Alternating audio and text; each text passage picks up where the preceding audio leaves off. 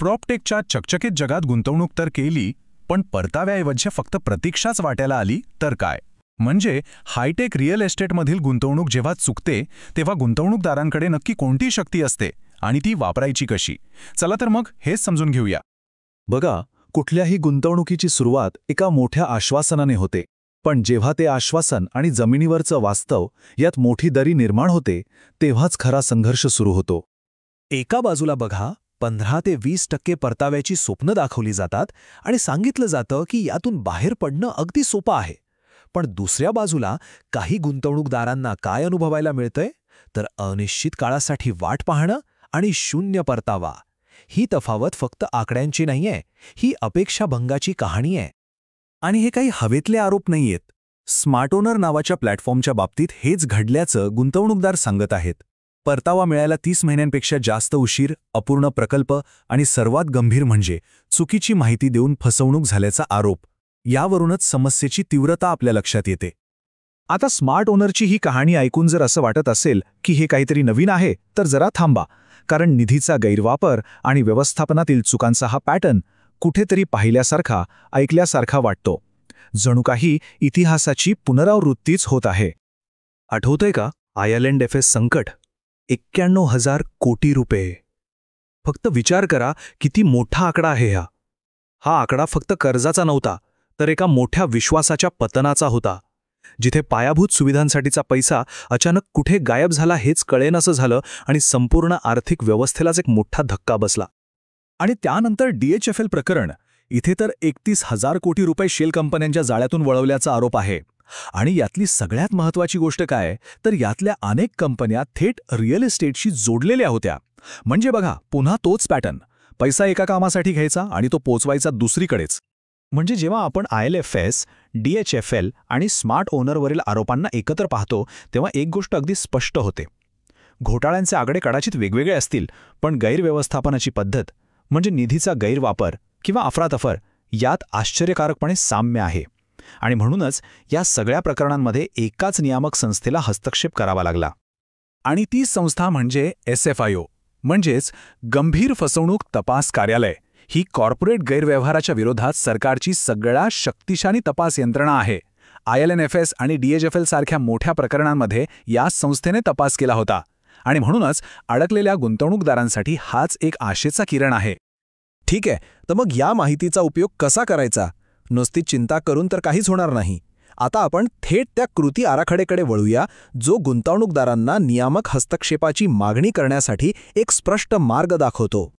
ही नियामक कारवाईची प्रक्रिया खूप गुंतागुंतीची वाटू शकते, पण घाबरून जाण्याची काहीच गरज नाही. आपण ती 4 सोप्या, सरळ पायऱ्यांमध्ये विभागूया, जेणेकरून गोंधळ दूर होईल आणि एक स्पष्ट कृती योजना समोर येईल. पहिली आणि सगळ्यात महत्त्वाची पायरी म्हणजे पुरावे गोळा करणे. तुमची केस किती मजबूत आहे हे पूर्णपणे तुमच्या कागदपत्रांवर अवलंबून आहे. फक्त तुमचे करार आणि पेमेंटचे पुरावेच नाही, तर कंपनीसोबत झालेला प्रत्येक संवाद, प्रत्येक ईमेल महत्त्वाचा आहे. आणि जेव्हा अनेक गुंतवणूकदार एकत्र येऊन नुकसानीची सामूहिक शपथपत्र देतात, तेव्हा त्याची ताकद अनेक पटींनी वाढते. ही वैयक्तिक लढाई नाही, तर सामूहिक न्यायाची मागणी आहे.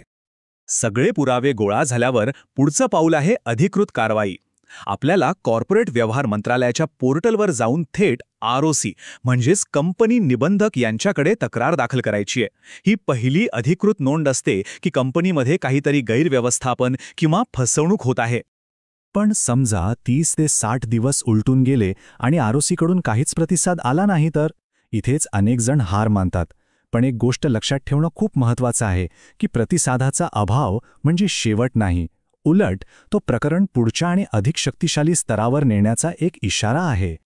आता आपण थेट कॉर्पोरेट व्यवहार मंत्रालयालाच साखळे घालत आहोत. इथे आपण कंपनी कायद्याच्या कलम 212चा आधार घेऊन SFIO सारख्या उच्चस्तरीय संस्थेकडून चौकशीची मागणी करतो. इथे दिवाळखोरीचा धोका आणि सार्वजनिक हिताचा मुद्दा उचलून धरल्यास प्रकरणाला अधिक गांभीर्य मिळतं. नियामक मार्गावर चालत असतानाच इतर मार्गांनीही दबाव वाढवणं अत्यंत महत्त्वाचं आहे. म्हणजे बघा, NCLTमध्ये अर्ज दाखल करणे, पोलिसांत FIR करणे आणि मीडियाचा योग्य वापर करणे, या सगळ्या गोष्टी मिळून एक असा दबावगट तयार करतात की कंपनीला आणि नियामकांना याकडे दुर्लक्ष करणं जवळजवळ अशक्य होऊन बसतं. बरं, ह्या सगळ्या कृती आराखड्यानंतर मनात एक प्रश्न येतो की ह्यातून खरंच काय साध्य होऊ शकतं आणि या प्रक्रियेत गुंतवणूकदारांचं खरं सशक्तीकरण कशात आहे? चला, अपेक्षा आणि परिणामांवर एक नजर टाकूया. एक गोष्ट मात्र स्पष्ट आहे, या प्रक्रियेसाठी प्रचंड संयम लागतो. नियामक कारवाई ही 100 मीटरची शर्यत नाही, तर एक मॅरेथॉन आहे. सुरुवातीच्या प्रतिसादासाठी काही महिने, तर SFIO चौकशीसाठी 1 वर्षही लागू शकतं. पण चिकाटी ठेवल्यास समझोता किंवा मालमत्ता विक्रीसारखे ठोस परिणाम नक्कीच मिळू शकतात. या लढाईत यश मिळेलच याची खात्री देता येत नाही, पण यशाची शक्यता काही महत्त्वाच्या घटकांवर अवलंबून आहे. मजबूत कागदोपत्री पुरावे, चिकाटीने केलेला पाठपुरावा आणि सार्वजनिक हिताचा स्पष्ट दृष्टिकोन. पण या सगळ्यांमध्ये सगळ्यात शक्तिशाली शस्त्र कोणतं असेल तर ते म्हणजे गटाची एकता आणि सामूहिक कृती. आणि हे सगळं करत असताना वेळेचं महत्त्व सगळ्यात जास्त आहे. हा एक महत्त्वाचा इशारा आहे.